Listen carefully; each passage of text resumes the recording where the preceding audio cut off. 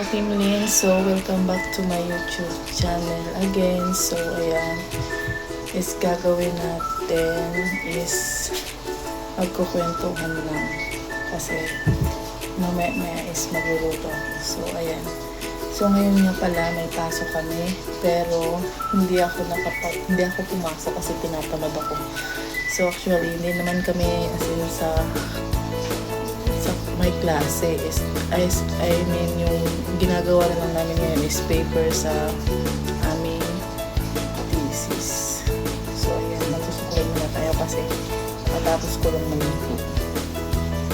So ayan na nga, patapos na din kami sa papers namin. Nakapag-final defense na kami nung 10 lang. So ayan.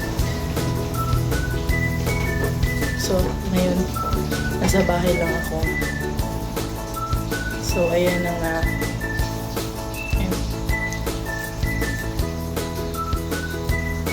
Actually, yung aming prototype is yung soil compactor. Yun yung bumuo kami ng machine. So, nakapag-final defense na kami. So, ngayon, yung akala ko nung una, pag-final defense is wala ka nang gagawin, pero mali pala.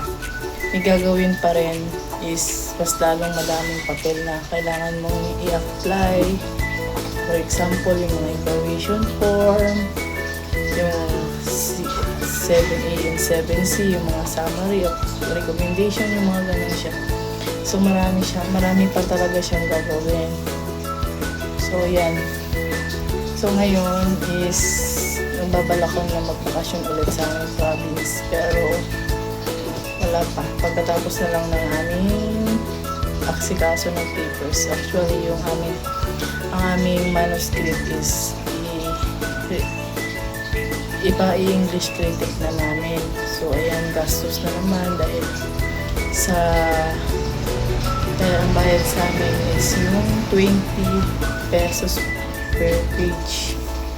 So, ayan, handa-handa sa may ng pera para pambayad. Ayun na nga. So, pero actually malapit na talaga is mag-OJT na next year. Kaya kunting test na lang, kahit gastos na lang, at least matatapos na. So, ayan na nga. Kung tayo mag-work supply, ito naman is open tayo para sa pusa. Show. Para to sa pagkain, ay sa kainan ng pusa. Nag-order ako sa TikTok. So, i-open natin mga katindi. Ayan.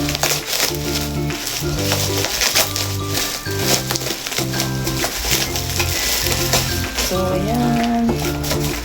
Ayan siya. Para to sa pusa. Container siya sa pusa. Sa TikTok ko pala siya in-order.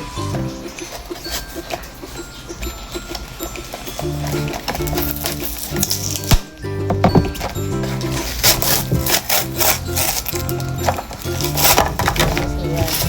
Tcharan! Ganito pala siya kaliit. Ito yung container niya para sa tubig. Tapos, ito yung kainan niya. Dalawa kasi siya kasi yung isa naman daw kay ate.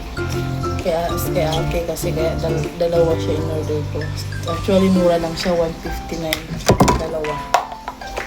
So, ayan na nga. Ito, ganito siya. Ayan. So, ganito. Ganito lang siya. O, diba? Ang ganda siya. O, diba? Ayan o. Parang siya talaga siya sa pusa. So, maganda. Kahit iwanan mo na lang siya ng madami nito, puno nito, kahit matagal maubos yung tas dito may pagkain. So yun, maganda siya para sa pusa. Satisfied ako sa order ko sa TikTok. So ayan na nga. Anyway, dito na tayo, magluluto na tayo kasi 4 p.m. magpo 4 p.m. na. Ang lulutuin ko nga pala is yung ito. Papakita ko sa inyo.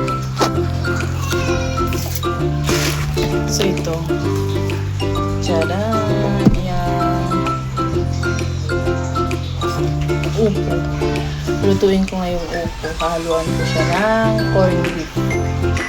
Corned beef lang ihalo natin kasi wala tayo, hindi natin afford yung medyo mahal na ihalo. So yun, pansamantala is corned beef yung halo ko dito. So yan, maghihiwa ko na pala siya kanina umaga. So ngayon, maghihiwa tayo ng lamas na may para sa pangisa natin sa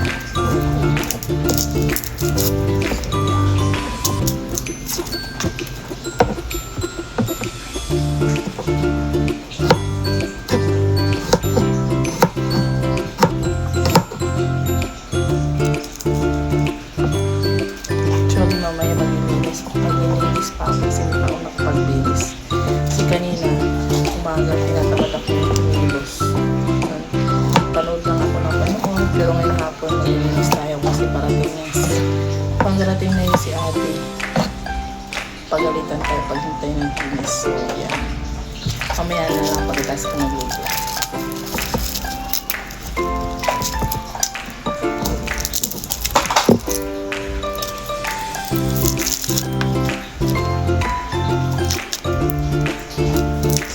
Wala lang akong magawa kasi naboring na din ako kaya yun ang video. So, yan. Samahan niyo ako sa video ko katindin.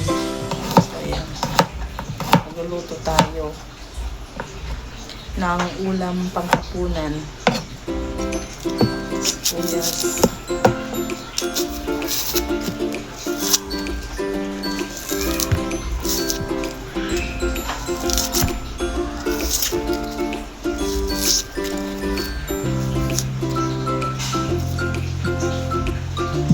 Actually, balik-balikan natin yung kwento ko sa aming pag-school. Nakakatamad na. Nakakatamad na pumasok kasi wala pa namang klase. At doon naman talaga bakasyon na namin sana ngayon. So, nadili lang ang bakasyon namin dahil sa papers para sa aming thesis. Yun. Sa aming thesis. Pero konting thesis na lang talaga. Tapos na namin yung papers na nakarin kasi magpapa-English critic na kami bukas. Hindi pala. Actually ngayon kami sana magpa-English critic pero hindi ko sinamahan yung leader namin. So, siya na pumunta sa school. Dahil tinamad niya ako. Nagpalusot na. Ganun lang. Pero papasok ko bukas. So, ayan. Tapos na ako maghiwa ng sibuyas, lahat ng sahog. So, samahan nyo ako sa pagluto. Tara, let's go! Maghuhugas tayo sa upo. Actually, nilalagyan ko kapag inuhugasan ko, nilalagyan ko siya ng asin. Konti lang, pero para mawala yung dagta niya. So, ayan, konti lang siya. Ayan lang siya. Tapos, pagkatapos niyan, gagawin ko is hugasan ko na siya. Ayan. Paganonin ko siya.